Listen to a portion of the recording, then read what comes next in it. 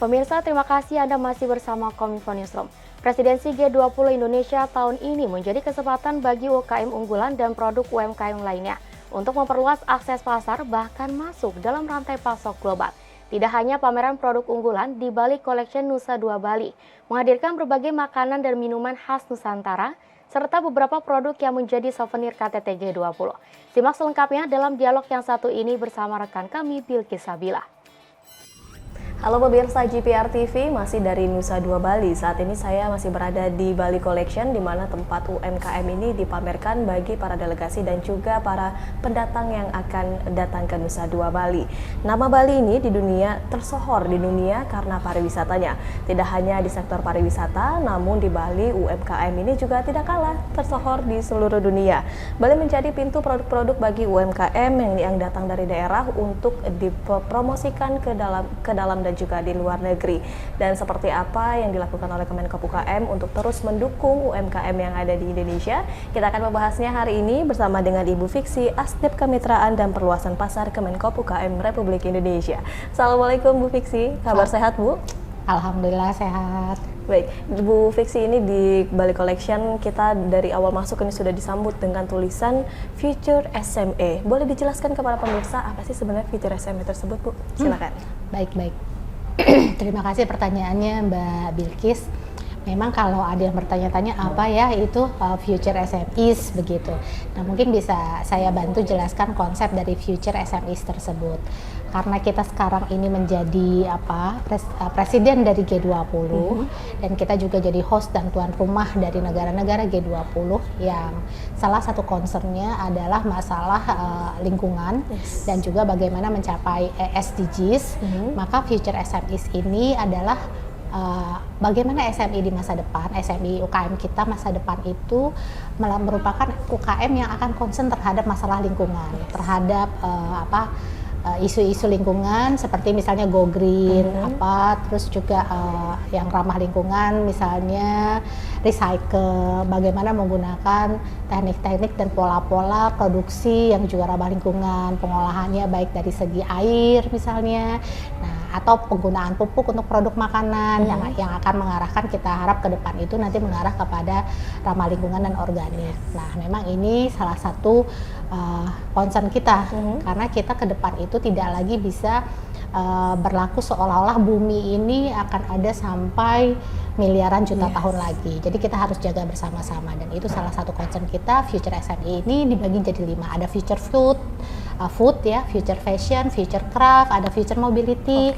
Mungkin kalau Mbak Bilqis lihat di arena Nusa Dua ini banyak sekali mobil-mobil listrik dan di situ adalah electric vehicle-nya yang masuk salah satu tema kita future mobility, dan ada juga future wellness di mana masa depan itu kita mengarah kepada concern terhadap kesehatan, bukan hanya lingkungan tapi juga kita sendiri yang memakai produk-produk UKM yang ada.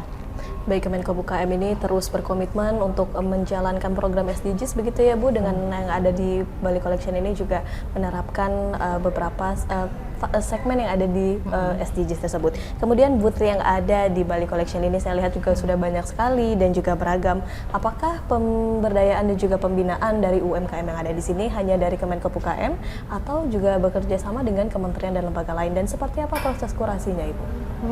Betul, kalau memang banyak teman-teman perhatikan, begitu teman media atau semua pengamat yang ada yang concern terhadap UMKM, maka akan terlihat sekali perbedaan antara pendekatan yang sekarang kita pakai dengan pendekatan masa lalu.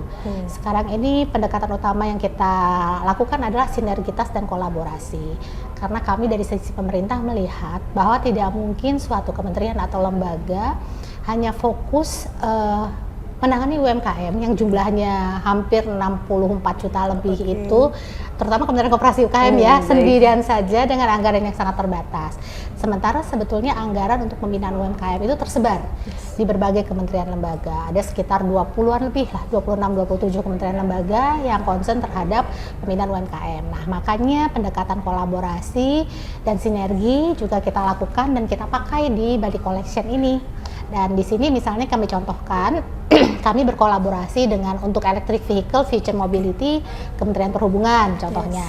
yang menyediakan kendaraan listrik untuk anggota delegasi serta para pengunjung hotel untuk bisa berkeliling dengan shuttle bus yang ada. Itu ada sekitar 30 kendaraan listrik, mobil transportasi listrik yang disediakan oleh Kementerian Perhubungan. Kemudian kami juga bekerja sama dengan asosiasi dan perkumpulan yang lain. Misalnya ada juga di sini Kadin, ada juga dari Yayasan Taut Seni yang akan mengusung masalah rempah, dan banyak juga dari pemerintah daerah yang berpartisipasi untuk ikut dalam kegiatan di Bali Collection. Jadi pendekatan yang utama dan saya rasa pendekatan yang sangat efektif adalah kolaborasi dan sinergi. Yes, kolaborasi dan sinergi menjadi kunci untuk menyukseskan KTT G20 dari sektor UMKM gitu. Kemudian Bu Fiksi mengenai pemilihan UMKM di Bali ini, mengapa souvenir ini lebih dominan dari Bali? Apakah karena Bali menjadi tuan rumah presidensi KTT G20 atau seperti apa?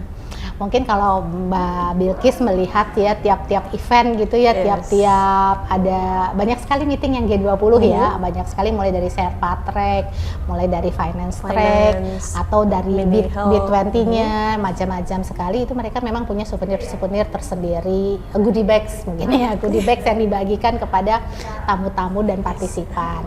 Memang karena tempatnya di Bali, saya rasa mungkin memang lebih praktis untuk memberdayakan UKM setempat yang ada di Bali. Tapi kalau saya lihat hal yang sama juga berlaku kalau meeting-meeting tersebut dilakukan di daerah yang lain, misalnya pada saat di Jogja atau mungkin di NTT atau dimanapun meeting dari sequence G20 itu berlaku dan berlangsung, maka mereka akan memakai souvenir dari daerah setempat. Akan dipilih produk-produk UKM unggulan dan terbaik. Oke, jadi sehingga souvenir-souvenir yang dikeluarkan ini tergantung dari lokasi di mana diselenggarakannya begitu ya Bu, untuk merepresent gitu bahwa ini adalah produk utama atau produk unggulan dari Provinsi Bali. Jika dilaksanakan di Jogja akan ditampilkan souvenir khas Jogja begitu ya Bu. Betul. Tapi ada nggak sih Bu strategi yang dilakukan oleh Kemenkop UKM untuk mengenalkan souvenir lain selain di non Bali ini, seperti apa strateginya? Baik. Jadi kalau kita bicara, kita kembali lagi ya ke Bali Collection di sini. Kalau memang dilihat dari partisipasi dan kolaborasi yang ada, jadi bukan hanya dari UMKM Bali saja yang ada di kami yang ikut. Ini ada sekitar 20 kolaborator, stakeholder yang terlibat begitu. Dari pihak swasta mungkin? Iya, dari pihak swasta juga. Dan kalau memang pengunjung datang ke sini, maka mereka akan dapat menemukan produk-produk terbaik Indonesia yang bukan hanya dari Bali saja, brand-brand UKM yang sudah cukup membanggakan ada di sini, dan juga dari produk-produk tertentu, misalnya dari daerah minyak kayu putih gitu. Nah, ada dari Pemdanya datang membawa, terus misalnya Jawa Barat dari Pemdanya juga ikut datang membawa. Jawa Barat itu terkenal dengan ekonomi kreatifnya ya, banyak sekali produk-produk kreatif fashion yang bisa dilihat di kalau kita lihat di depan di seberang sana Jawa Barat, di sebelah sini langsung Gorontalo dan kawasan wilayah timur. Dan kemudian juga kemarin malam itu ada fashion show khusus dari Kabupaten Garut, yang salah satunya adalah produk-produknya tuh leather, kulit dari Garut. Produk unggulan dari Garut juga ditampilkan. Pemdanya mengusung produk unggulan daerah masing-masing. Jadi kesempatan untuk datang ke Bali Collection dan melihat-lihat store-store yang ada dari UKM-UKM unggulan itu merupakan kesempatan yang baik sekali saya rasa. Jadi tidak usah jauh-jauh datang ke provinsi lain atau ke Jakarta gitu. Produk-produk unggulan yang brandnya cuma ada di Jakarta saja.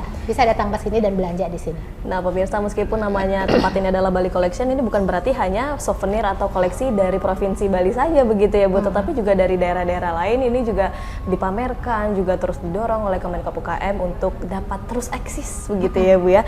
Kemudian Bu Fiksi, dari UMKM yang menjadi mitra pemerintah untuk souvenir, modal ini apakah berasal dari dana koperasi atau bagaimana Bu? Kita memang kalau kita bicara UMKM, ya permodalan biasanya ya salah satu isu yang menjadi kendala mereka. Biasanya UMKM kita kalau misalnya permintaannya masih sedikit-sedikit saja gitu, mereka nggak masalah nih bisa produksi. Tapi kalau permintaan itu sudah dalam volume yang sangat besar, nah mereka memang ada kendala produksi. Saya contohkan misalnya untuk produk official merchandise G20, itu ada dilakukan kurasinya dan pelaksanaannya oleh pihak Smesco. Smesco itu salah satu BLU kami, dan kalau saya perhatikan untuk menghadapi kendala pembiayaan, maka mereka yang dipakai itu adalah sistemnya PO. Jadi, Baik. UKM itu punya waktu untuk mempersiapkan dan mencari sumber pendanaan. Kalau UKM ini merupakan bagian dari koperasi, maka kementerian kami punya lembaga dana bergulir, pengelola dana bergulir BLU kami yang juga menyiapkan pembiayaan khusus untuk koperasi. Jadi memang koperasi kalau ingin mendapat pembiayaan jauh lebih mudah untuk datang ke LPDB karena mereka tidak membiayai pihak lain kecuali koperasi. Walaupun nanti di dalam koperasinya ada UKM-UKM yang tergabung di situ. Baik, sehingga kembali lagi kepada kolaborasi dan juga sinergi ya Bu ya. Berarti ini tidak hanya dari koperasi, namun juga berkolaborasi dengan pihak LPDP untuk mengenai pembiayaan atau pendanaan dari UMKM. Dan banyak juga bank-bank lain, bank-bank himbara, bank-bank pemerintah yang sangat bersedia menjadi backing gitu ya, menjadi sumber dana dari UKM-UKM yang sudah mendapat pesanan untuk merchandise ya, official merchandise atau malah souvenir-souvenir untuk tiap event dan meeting yang ada. Baik. Ya, terakhir Bu Fiksi, bagaimana Ibu Fiksi ini melihat 5 tahun ke depan UMKM yang ada pada saat ini? Baik, ini bukan karena saya dari Kementerian Koperasi dan UKM ya. Baik. Tapi kita lihat perkembangan UMKM kita saat ini, banyak sekali produk-produk UMKM kita yang sangat bagus-bagus. Dan brand-brandnya juga brand-brand tertentu udah terkenal. Sudah terkenal, eksis gitu ya Bu ya. Baik. Malah kalau nggak ngeh gitu ya, oh ini ternyata Indonesia lokal. Jadi surprise sendiri. Nah, kalau kita melihat dari segmen yang seperti ini, saya optimis 5 tahun ke depan, apalagi dengan adanya transformasi digital yang dimana arahan Presiden itu tahun 2024 itu 30 juta UMKM itu sudah masuk ke dalam ekonomi digital gitu. Nah, ini maka perkembangan ke depan UMKM kita, apalagi kalau bisa membidik pasar yang memang cocok untuk produk mereka, akan sangat positif, dan kontribusi UMKM terhadap peningkatan ekonomi kita juga saya rasa akan jauh lebih baik dan membesar di 5 tahun ke depan. Ya, UMKM ini mampu untuk bersaing dan juga UMKM ini diharapkan dapat mampu menggerakkan perekonomian masyarakat yang mungkin sempat terendam gitu ya Bu ya karena kan pandemi COVID-19, dan disinilah dapat dibuktikan bahwa UMKM ini mampu bersaing dan juga mampu untuk eksis baik di dalam negeri maupun di luar negeri. Terima kasih banyak Ibu Fiksi selaku Asdep Kemitraan dan Perluasan Pasar Kemenkop UKM Republik Indonesia yang telah bergabung bersama kami pada hari ini dengan tema G20 Momentum Angkat Ekonomi UMKM. Pemirsa, kami akan kembali dengan informasi lainnya, tetaplah bersama kami dalam Kominfo Newsroom.